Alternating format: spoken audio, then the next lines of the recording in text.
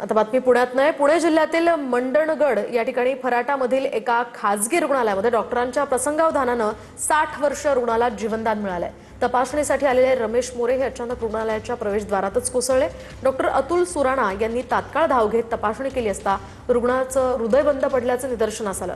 त्यानंतर त्यांनी सुमारे 10 मिनिटे सातत्याने सीपीआर देत रुग्णाचं हे बंद पडलेलं हृदय पुन्हा एकदा सुरू करण्यात यश मिळवलं।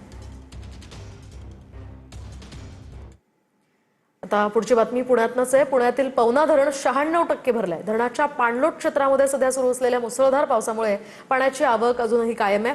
पवना नदीपात्रामध्ये तब्बल 4820 क्युसेक इतक्या वेगाने पाण्याचा विसर्ग केला जातोय। विसर्गात आणखी वाढ होण्याची सुद्धा शक्यता आहे। दरम्यान पवना पाटबंधारे विभागाने आता सतर्कतेचं आवाहनही दिलंय।